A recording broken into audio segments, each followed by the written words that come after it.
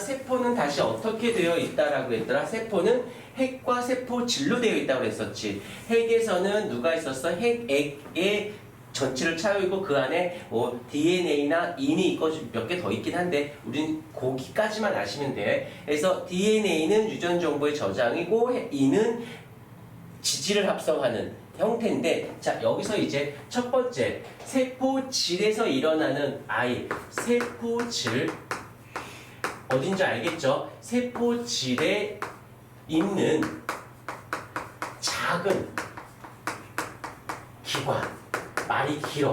항상 말이 길면 어떻게 해줘야 돼? 줄여준다라고 말씀드렸어요. 그래서 얘를 뭐라고 불러? 세포 소기관이라는 말을 쓰게 되는 겁니다.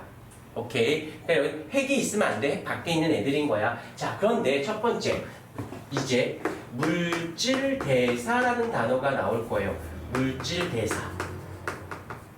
동화작용, 이화작용인데 여기서 물질 대사라는 물질의 합성이나 분해에 관여하는 물질의 합성 분해에 관여하는 아이가 누가 있냐면 첫 번째가 바로 미토콘드리아라고 하는 아이가 있고 두 번째로는 누가 있어? 엽록체라고 하는 아이가 있어요.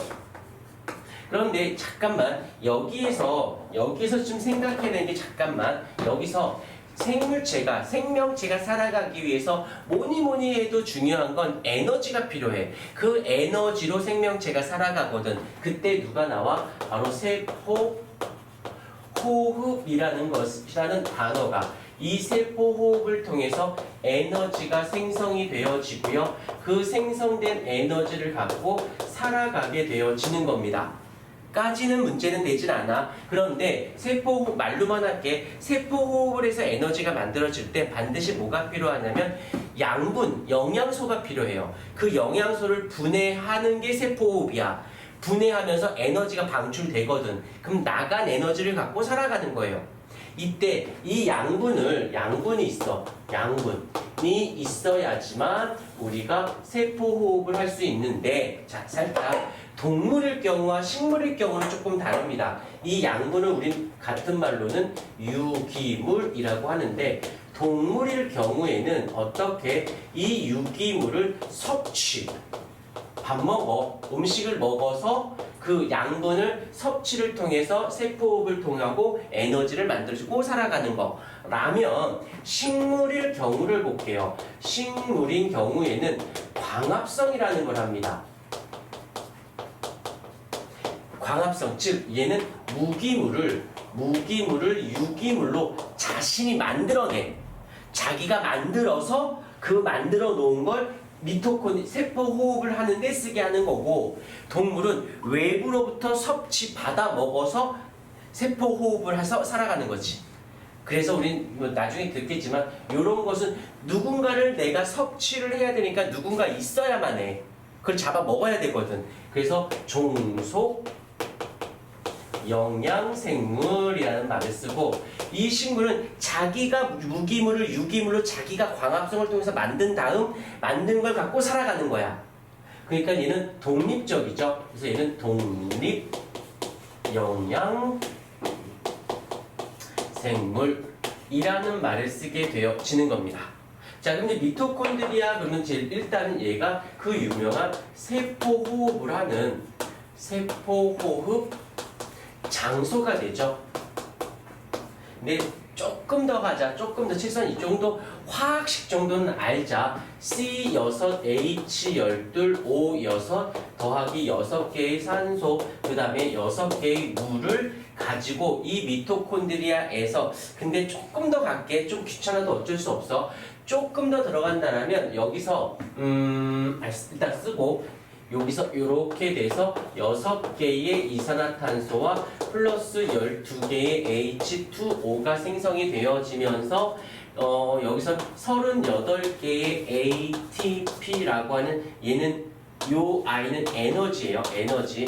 우리 몸에서 여기서 미토콘드리아에서 해서 만든 에너지를 ATP라는 형태로 저장을 하거든. 근데 문제 심화편에 가면 이런 말이 있어. 어떤 거냐면 잘 봐. 미토콘드리아에서는 36개의 ATP라는 말이고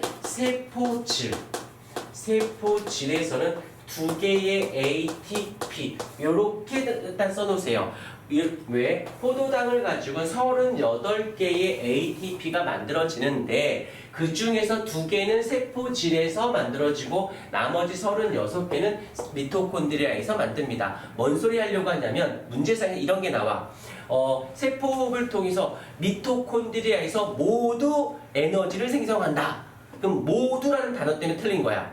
대부분 주로 미토콘드리아에서 한다라고 해야 맞는 말이에요. 그래서 세포질에서도 에너지를 만들 수 있어요 라는 거 정도. 이제 이것 때문에 이제 더 많은 얘기들이 많은데 아주 작은 생명체들은 미토콘드리아가 없어요. 왜? 아주 작으니까 그렇게 많은 에너지가 필요하지 않거든. 그만큼만 에너지 있어도 돼. 근데 굳이 미토콘드리아까지 내 몸에 둘 필요가 없으니까 그냥 얘 세포질 2개의 ATP로만 살아가. 그다음 또 하나, 너희도 뭐 여학생도 그렇겠지만 혹시 그래본 적, 근육통 걸려본 적 있지? 운동을 심하게 하면 막 근육통 생기고 알배기고 막 이러잖아. 경제야, 이게 겨울에 따뜻하니까 히터 켜주고 따뜻하니까 졸죠. 아주 그냥 창문 열어 아주 그냥 입 돌아가게. 어디 졸 때 어째 헤드뱅을 하면서 졸아. 난 뭐 하나 있어. 그냥 근육통에 걸려본 적이 있을 거예요. 다들 이게 어떤 원리냐면 내가 ATP를 미토콘드리아에서 에너지를 만들어서 그 만든 에너지로 써. 근데 내가 그보다 더 많이 움직일 거야. 그럼 얘가 나와줘야 일을 할 수 있는데 내가 할 수 있는 미토콘드리아의 기능 이상으로 운동을 하게 되면 더 이상은 얘가 못하니까 세포질에서 에너지를 만들어줍니다. 채워주려고. 그런데 문제가 되는 게 이 포도당 하나로 미토콘드리아는 36개를 만드는데 이 세포질에선 이 2개밖에 못 만들어. 그러니까 만들다 만 거야. 그러니까 영양소를 분해해서 에너지를 제대로 못하니까 만들다 만 찌꺼기들이 남아요. 그 아이들이 제대로 분해가 안 되고 근육 사이사이에 끼어 들어갑니다. 분해가 다 안 된 애들이. 이걸 이제 유산소 호흡, 무산소 호흡이라고 하는데 그 끼어 들어간 물질들 때문에 내가 근육통을 느끼는 거야.